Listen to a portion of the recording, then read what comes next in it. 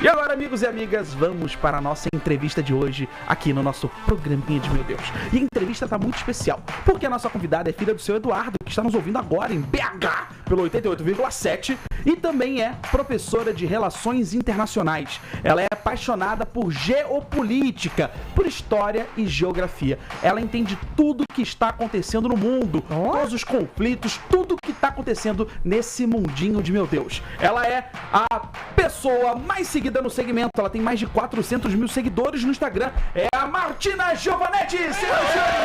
Oi, pessoal, é um prazer estar aqui com vocês hoje. Prazer é todo nosso, seja muito bem-vinda. Muito obrigado pela sua presença e vamos entender o que é que está acontecendo nesse mundo das guerras, dos conflitos, das situações políticas do mundo afora. Mas antes da gente começar a conversar, Marcelo Batista vai trazer a primeira pergunta. Por favor, Batista. A primeira pergunta é para o nosso ranking de sobremesas, que, como a gente sempre diz aqui, será divulgado no dia 31 de dezembro, às 23 horas e 59 minutos, por Maiara Bastianello, ao vivo, aqui na TNC. Martina, qual a sua sobremesa preferida? Nossa, muito difícil, tá, gente? Mas assim, como uma boa mineira, eu acho que doce de leite, assim, tudo que tenha doce de leite. É o primeiro voto para doce de leite, Martina. Mentira! Um voto, então, para doce de leite que contigo. Como seria doce de leite em inglês, Lucas? Você que já morou? Can of milk. Milk's cat. Milk's cat. É mais ou menos isso. Rapaz, não entendi, foi nada que ele falou. É milk, que é em inglês, apóstrofo S e can't. Doce de leite, entendeu? Milk's cat. Olha só. Ô Lucas, eu posso fazer a primeira pergunta? Pode, Batista. Posso fazer? Claro, óbvio. Primeiro eu fico abismado como uma pessoa tão jovem se interessa por um assunto tão denso como geopolítica. É chato. Mas, Martina, eu quero saber o seguinte. O mundo tá de um jeito que ninguém aguenta mais. Eu quero saber se existe o risco real de uma terceira guerra mundial e ir tudo pro saco devido às armas nucleares. Risco sempre tem, né? Desculpa, eu peço mil perdões. O comentário aqui nos bastidores foi: Deus te ouça. Tomara que aconteça. Perdão, Martina. Eu também tô. Mas lá, risco sempre tem de uma terceira guerra? Gente, risco, quando a gente fala de risco, de possibilidade, né? Principalmente num mundo onde a gente tem muitas variáveis, onde a gente tem uma geopolítica extremamente complexa, de muitas tensões, o risco, ele tá lá, né? Ele existe. Agora, a gente não está numa terceira guerra mundial, que as pessoas já acreditam que nós já estamos vivendo a terceira guerra, nós não estamos. Eu vou explicar por quê. Graças a Deus. Não chegamos lá, galera. A gente também não tá caminhando pra isso, pelo menos em nenhum futuro próximo, né? O que a gente imagina quando a gente tá falando de terceira guerra, né? Sobre guerra mundial? A gente tem que pensar na formação de blocos antagônicos, né? Então, a gente teve na Primeira Guerra... Desculpa, Martina. O que é um bloco antagônico? Dois grupos que se odeiam, sabe assim? Tipo eu e minha sogra. Exato, Entendi, exatamente. entendi. Dois grupos, assim, que... Sabe a atlética de faculdade? Que Sei, claro. isso. É você ter ali uma rivalidade. Uma rivalidade, perfeito. Era a palavra que eu tava procurando. Quando você tem dois grupos formados com objetivos similares dentro do grupo, né? E esses grupos, eles estão batendo de frente um com o outro, a gente tem uma guerra mundial. Então é tipo assim, no Campeonato Paulista, Palmeiras e São Paulo, eles querem o Campeonato Paulista, eles querem ganhar. Perfeito. Então eles são blocos antagônicos. Eles querem o mesmo objetivo, mas eles brigam entre si, né? Então eles vão em busca da taça. Exatamente. Então é a mesma coisa com guerra. Quando dois países querem a mesma coisa, eles entram em guerra. Quando eles, assim, ou coisas diferentes, né? Quando eles imaginam um mundo de formas diferentes, né? De formas contrárias. Então, na Primeira Guerra Mundial, a gente tem o grupo ali do eixo, né? E da Tríplice Entente. Na Segunda Guerra Mundial, a gente tem a Tríplice Aliança e o eixo. Não dá pra gente olhar pro mundo hoje e colocar os países em só dois grupos, porque a gente tem tanta tensão dissipada, a gente tem tanta coisa acontecendo ao mesmo tempo, que é muito difícil a gente imaginar, tipo assim, por exemplo, agora, o Trump, ele assumiu, né, no ano passado, e ele é um cara que tem mais proximidade com o Putin. Mas você vai imaginar que a Rússia e os Estados Unidos vão estar do mesmo lado numa terceira guerra mundial, e a China, ela vai estar contra ou a favor deles? Caramba, é muita informação. Peraí, então deixa eu entender. Então quer dizer que mesmo os Estados Unidos hoje, que é uma das grandes potências do mundo, porque tem muita arma, tem muita munição, né? Então o país que tem mais arma e munição, ele teoricamente, ele é o mais forte do mundo para entrar numa guerra. Sim. E os Estados Unidos tem muito. Você sabia disso, Mini Ruth? Sabia não, rapaz. Nos Estados Unidos, o imposto de renda que você paga, o valor que você paga, 40% do valor é destinado pro exército. Caramba. Juro. Então ele tem muito dinheiro, tem muita munição. E aí ele tá brigando agora com o Irã.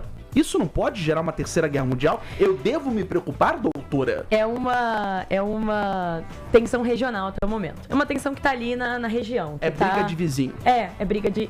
Assim, é um vizinho de outro bairro vindo perturbar o vizinho no bairro dele.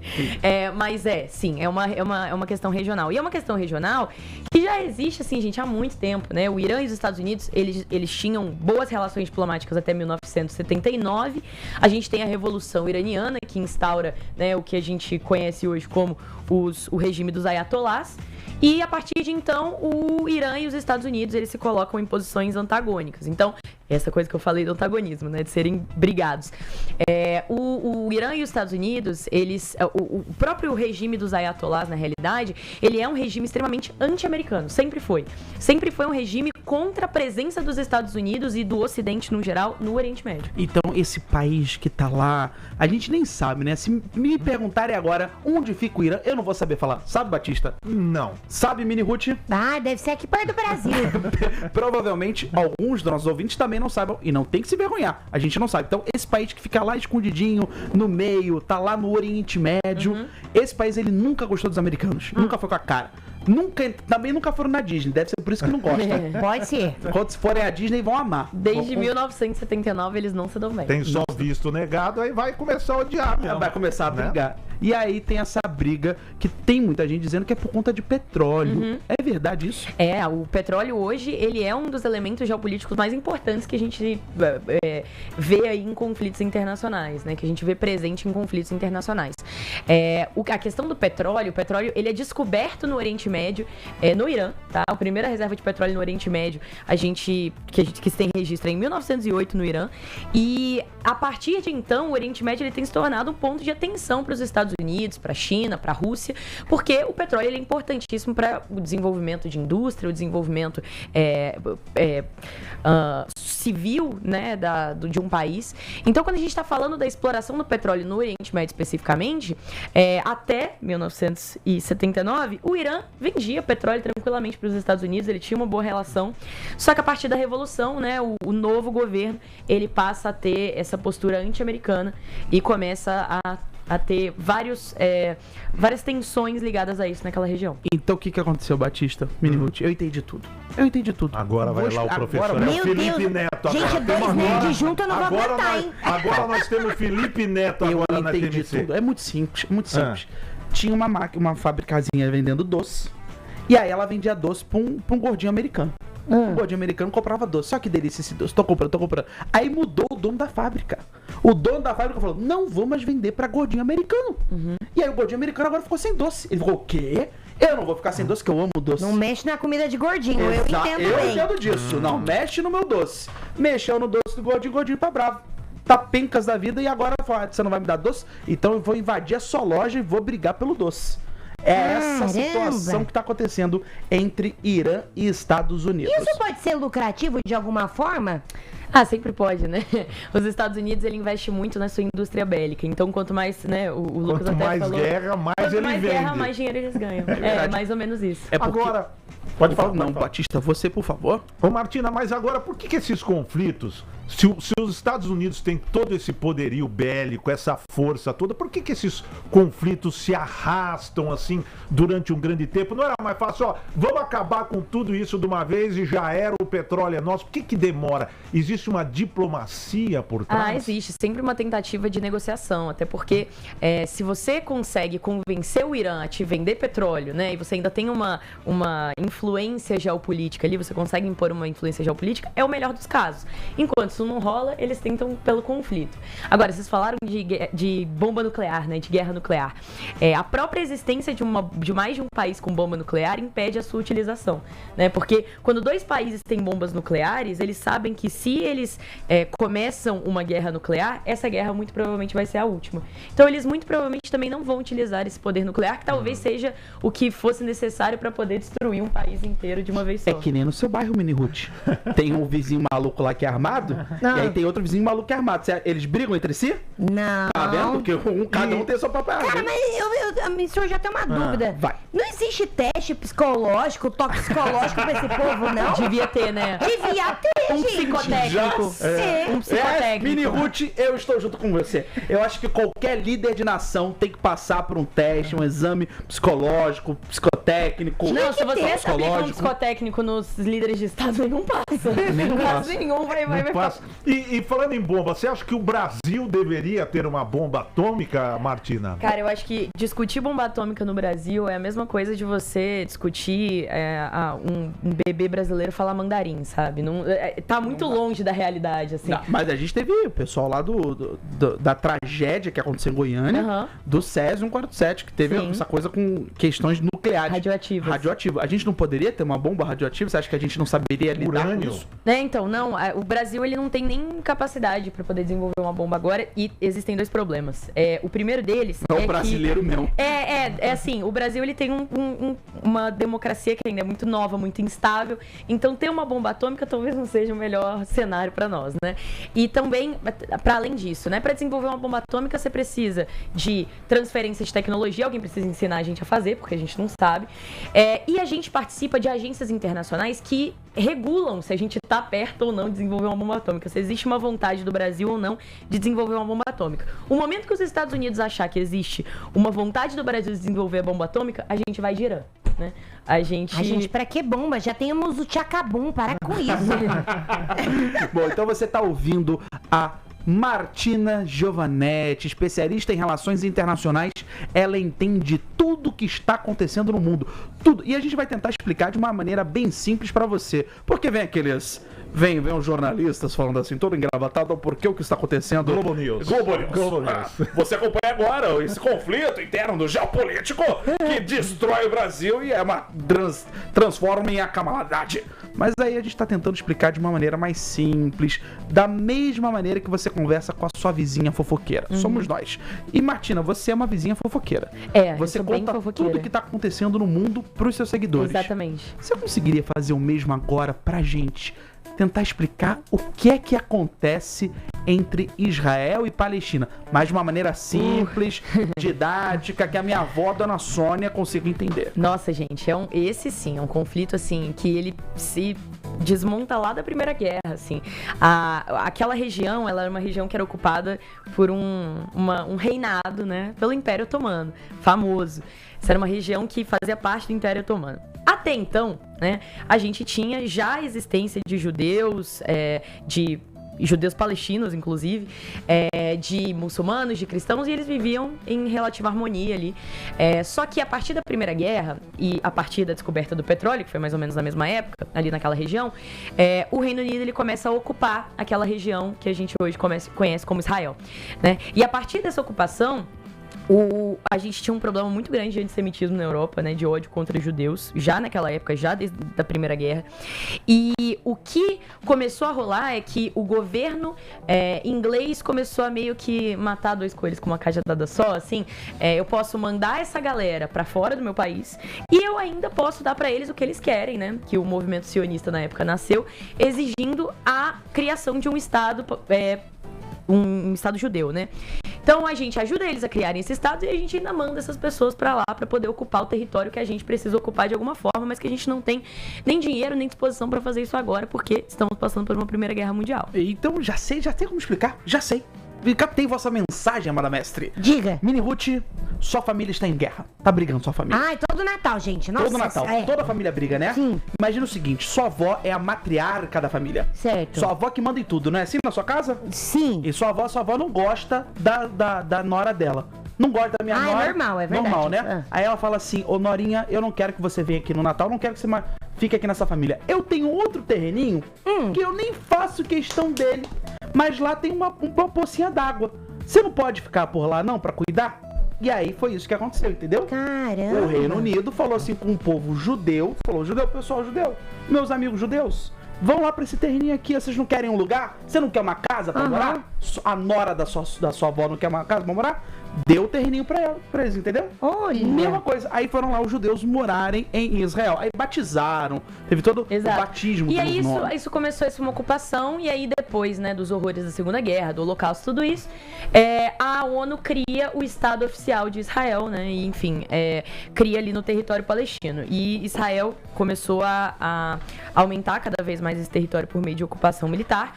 E o problema é que essa transferência de pessoas judias para lá foi feita por meio militar, né? Então as pessoas palestinas eram literalmente expulsas das suas casas para que pessoas de fora pudessem ocupar ali, os colonos ingleses. E isso começou a criar uma guerra, né? E uma disputa entre esses dois povos por aquele território.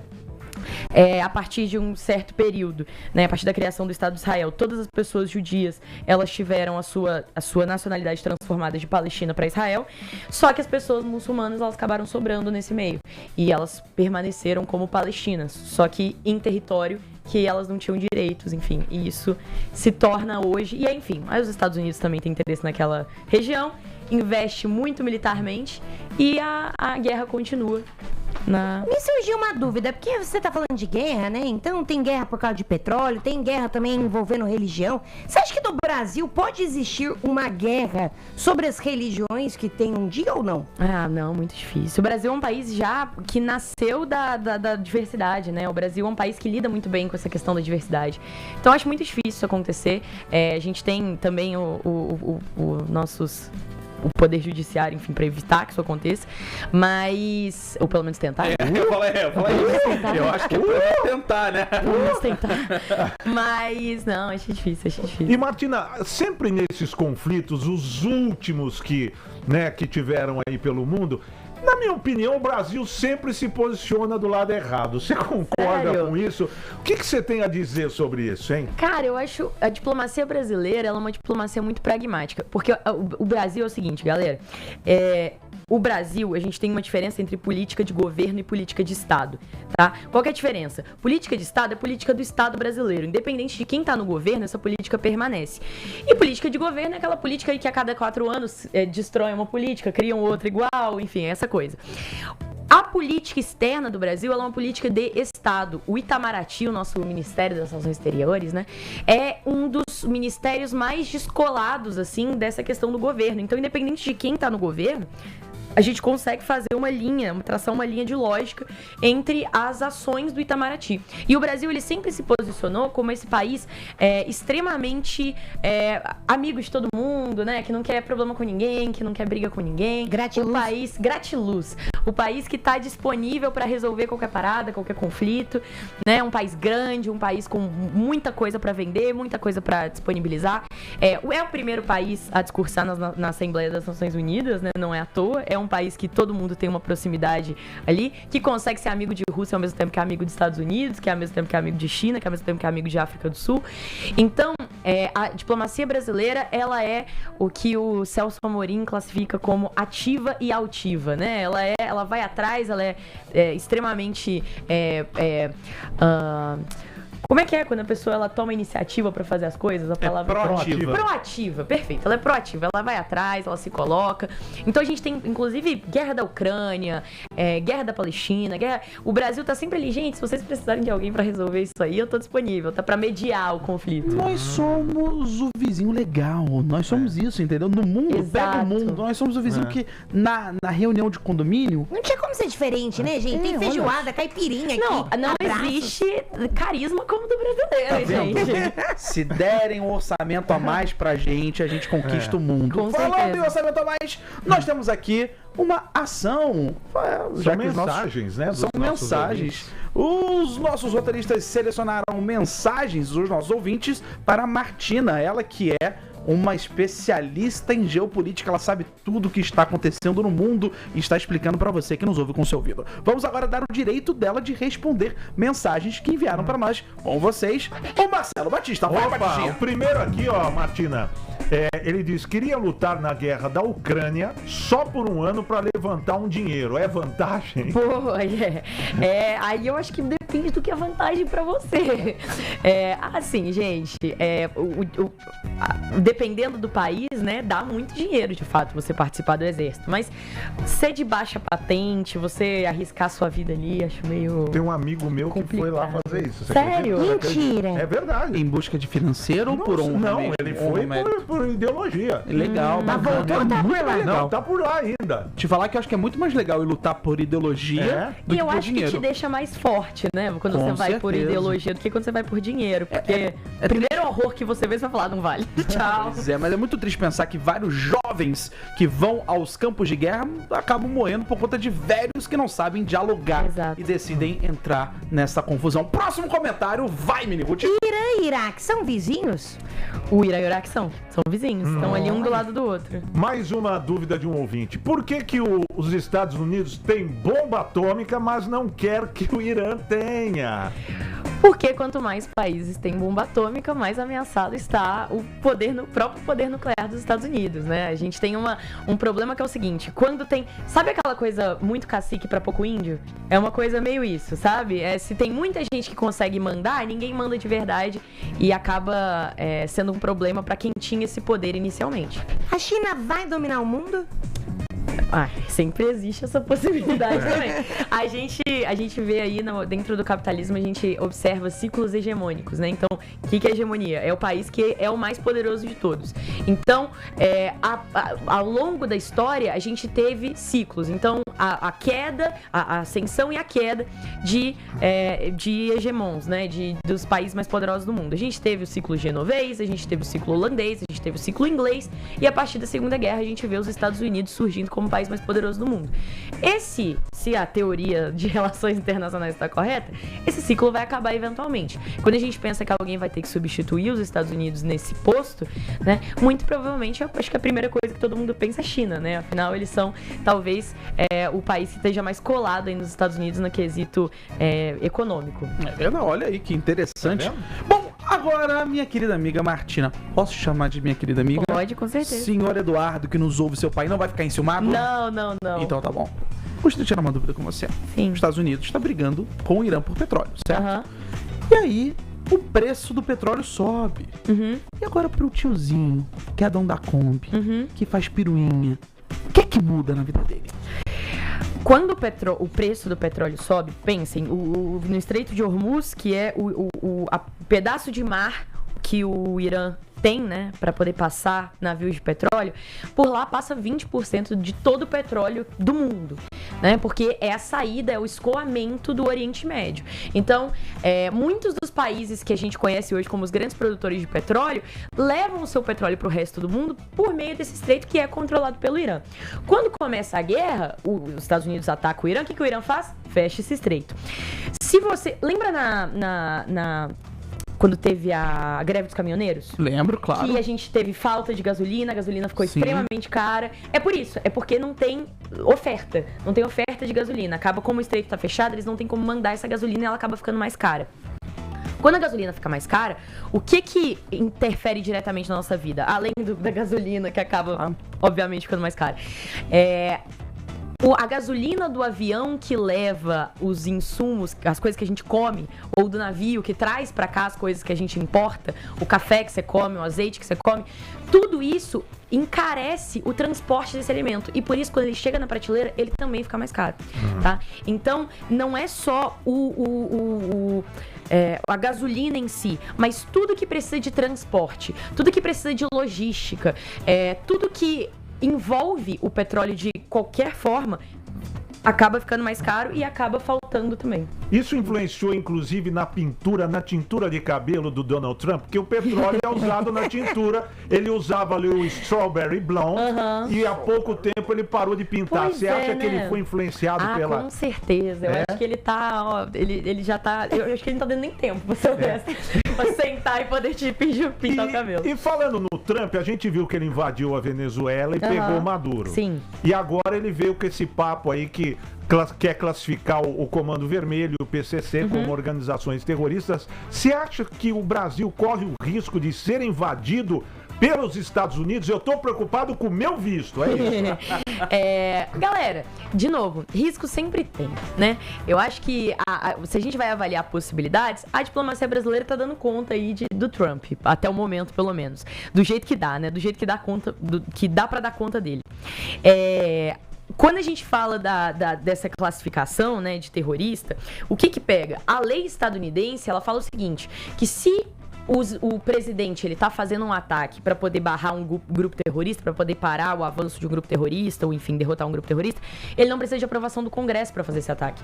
E é por isso que o Trump fala tanto sobre essa questão do narcotráfico como terroristas, porque aí para ele fica mais fácil, ele não tem que passar por tantos trâmites legais para poder fazer o que ele fez na Venezuela, por exemplo. Muito bom. Agora, o que tá acontecendo agora é que a diplomacia brasileira tá tentando lutar contra essa classificação exatamente para evitar esse risco.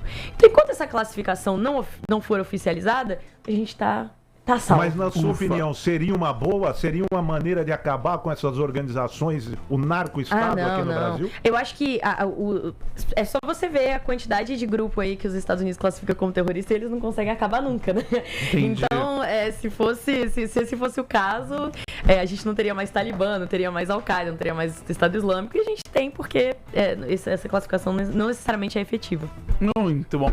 Essas foram as palavras de Martina Giovanetti, especialista em relações internacionais, ela que entende tudo o que está acontecendo com o mundo e explica de uma maneira única. Martina, parabéns pelo seu carisma e pelo seu talento, são indescritíveis. Obrigado pela sua disposição de vir até nós. Muito obrigada. E dar essa entrevista linda. Gostaria que você, por favor, divulgasse, vendesse o seu peixe, por favor, agora. Pessoal, bom, eu tô em todas as redes sociais, eu tô no YouTube com umas análises um pouco mais complexas, um pouco mais... Eu conto geopolítica como se fosse fofoca, igual a gente fez aqui, então é interessante. Eu falo muito com geração Z, mas eu tenho gente de todas as idades me seguindo. Eu tenho, tudo @MartinaGiovanetti _, tá? Você consegue me achar em todas as redes sociais por meio disso. Eu também dou aulas particulares, então quem estiver aí com dificuldade pra entender o que tá acontecendo nesse mundo, pode me chamar lá no Instagram, que eu te mando o link pra você se inscrever pra ter aula comigo. E eu queria agradecer demais vocês pelo convite, queria agradecer os ouvintes que estão aí com a gente. É isso, pessoal. Nós é que te agradecemos imensamente, Martina. Um beijo a todos da sua família e principalmente ao seu Eduardo, que nos ouve